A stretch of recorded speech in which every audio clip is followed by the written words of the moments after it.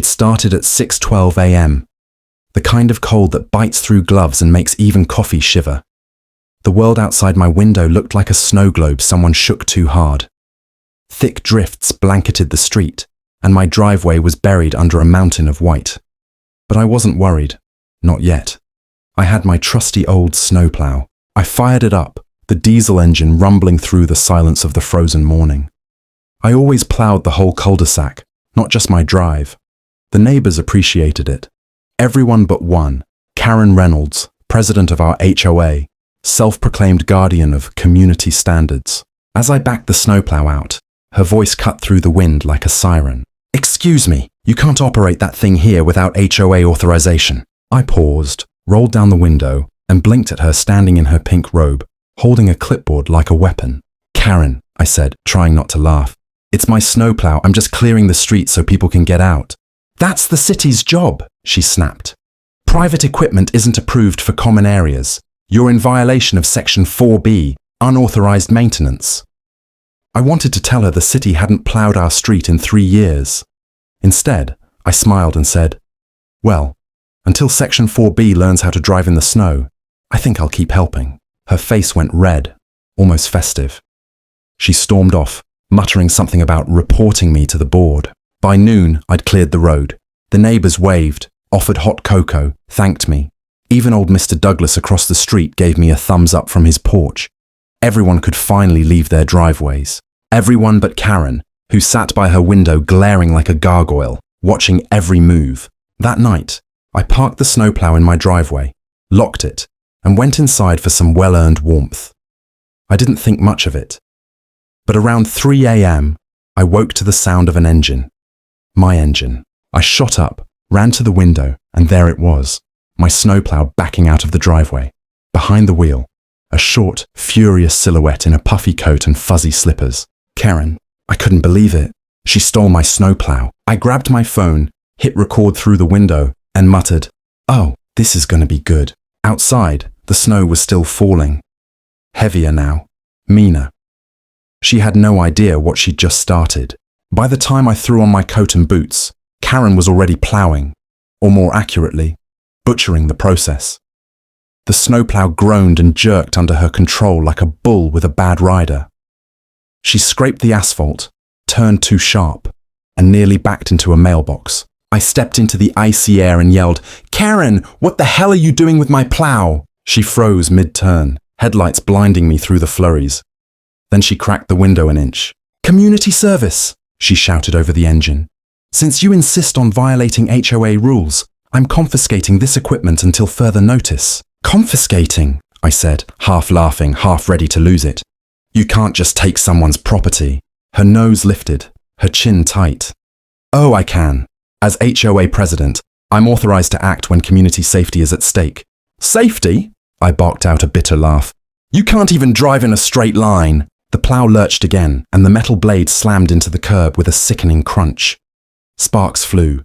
She yelped, reversed too hard, and almost hit her own mailbox this time. That's when I started filming. My phone's red light blinked like a warning. "Go ahead, Karen," I said calmly. "Tell the camera about how you confiscated my snowplow at 3 in the morning." Her expression flickered, a mix of panic and pride. Then she sped off down the street, tires spinning snow like smoke. By morning, half the neighborhood had seen my video. It spread faster than the storm itself. Comments poured in. Disbelief, laughter, outrage. My favorite one read, "She's not the HOA president. She's the Highway Obliteration Authority." The next day I got an email from the HOA board. It was, "Creative. Due to your reckless use of unauthorized machinery, the HOA has temporarily impounded said equipment for inspection. Failure to comply may result in fines." I could almost hear her typing it, smug and satisfied, but karma has a way of keeping receipts. That afternoon, the storm turned vicious. The temperature dropped below 0. The ice thickened. The county plows were rerouted to major roads, leaving our little cul-de-sac forgotten. Karen's street, the one she was so eager to maintain, became a frozen wasteland. Cars couldn't move, mailboxes were sealed in solid ice, and the pièce de résistance. The snowplow she'd stolen sat dead at the end of her driveway, battery frozen solid. I leaned against my porch post, sipping hot coffee, watching her panic from across the street. And for once I didn't have to say a word. Tundra. The wind howled through the power lines, and icicles hung like daggers from mailboxes. I stepped outside, boots crunching through the crusted snow, and took in the scene. Karen's driveway was a disaster zone. Her shiny SUV frozen halfway out of the garage, the snowplow still nose-deep in a glacier of ice. She was out there in her parka, swinging a shovel like it was a sword. Every clang against the plow echoed across the street. I called out, voice half lost in the wind. "Need a hand, Karen?" She froze mid-swing, cheeks flushed red, breath puffing clouds. "You! This is your fault!" "Mine?" I raised a brow. "You stole my snowplow." "I borrowed it!" she shouted, slipping as she pointed her shovel at me. "And now it's broken. You'll be getting the repair bill from the HOA." I laughed so hard I nearly dropped my coffee. "You mean the plow you confiscated?" "That's theft, Karen. And that video of you joyriding at 3 a.m. Let's just say the internet loved it." Her eyes widened. "You posted that?"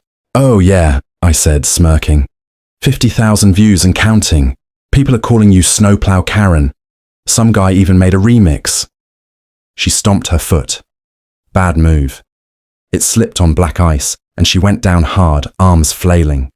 I rushed over despite myself. "You okay?" "Don't touch me," she hissed, scrambling up, brushing snow off her coat like it had personally offended her. "I'm calling the police." I sighed. "Good idea. Tell them how you stole your neighbor's snowplow and wrecked it on HOA property." For a moment, she said nothing, just glared, breathing heavy. Then she stormed back inside, slipping again on the porch steps. By noon, her street was officially impassable.